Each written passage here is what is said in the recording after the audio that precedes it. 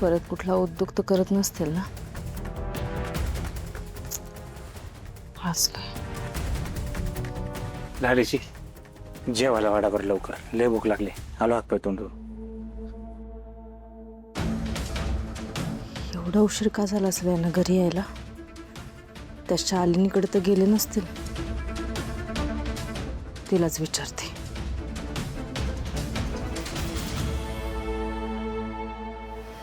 लाडीची आवाज चला ना, भूक लागली.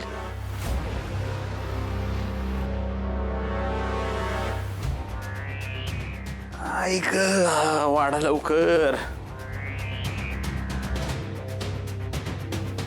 काय हो, आज पण दुकानावर लय काम होतं का? हा म्हणजे ऐक, हा काम नेहमीसारखीच होते. जरा लोड होता, काम संपून निघालो तर ती बाई आली दुकानाच्या इथं. कुठली बाई? ती देवळात नाही का पाय मुरगाळ होता बघा तिचा. ती काय नाव बरं तिचं? शालिनी. शालिनी तिचं नाव. ती आली तिच्या पोराच्या पाठीमागं पळत पळत. काय म्हणली? लय पोराला मारत होती. मारत मारत दुकानापर्यंत आली. मग काय म्हणली, लय उशीर झालाय, मला प्लीज घरी सोडायला चाल. नाही म्हणलं बरं का आधी. परत लय रिक्वेस्ट केली त्यांनी. म्हणली चला चलाच. मग इच्छा नसताना सुद्धा त्यांच्याबरोबर जावं लागलं मला. लयच बिचारी हो, साध्या घरात राहते, या परिस्थितीमध्ये त्या पोराबरोबर राहते. लय गरीब आहे बिचारी.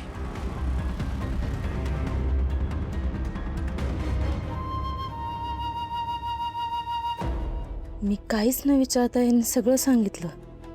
माझ्यापासून काहीच लपवलं नाही. म्हणजे खरंच सुधारलेत काही? मी विनाकारणच संशय घेते का ह्यांच्यावर? मला वाटतं थांबाय पाहिजे हे सगळं आता. मी उद्या शालिनीला सांगते, हे नाटक बंद करूया. भाजी मस्त बनवू द्या.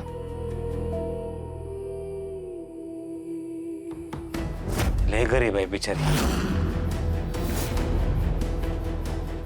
तुला काय हवंय? ह्या बागेमध्ये सगळे पैसे घेऊन जातो. प्लीज सोड. एक मिनिट, शालिनीकडे पैसे नाहीयेत म्हणून यांना ते आवडत नाहीये?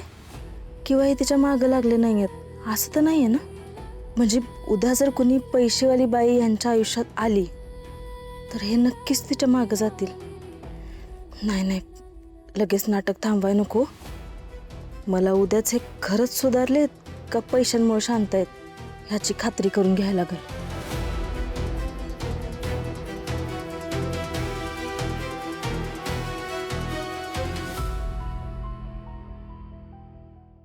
लालिते,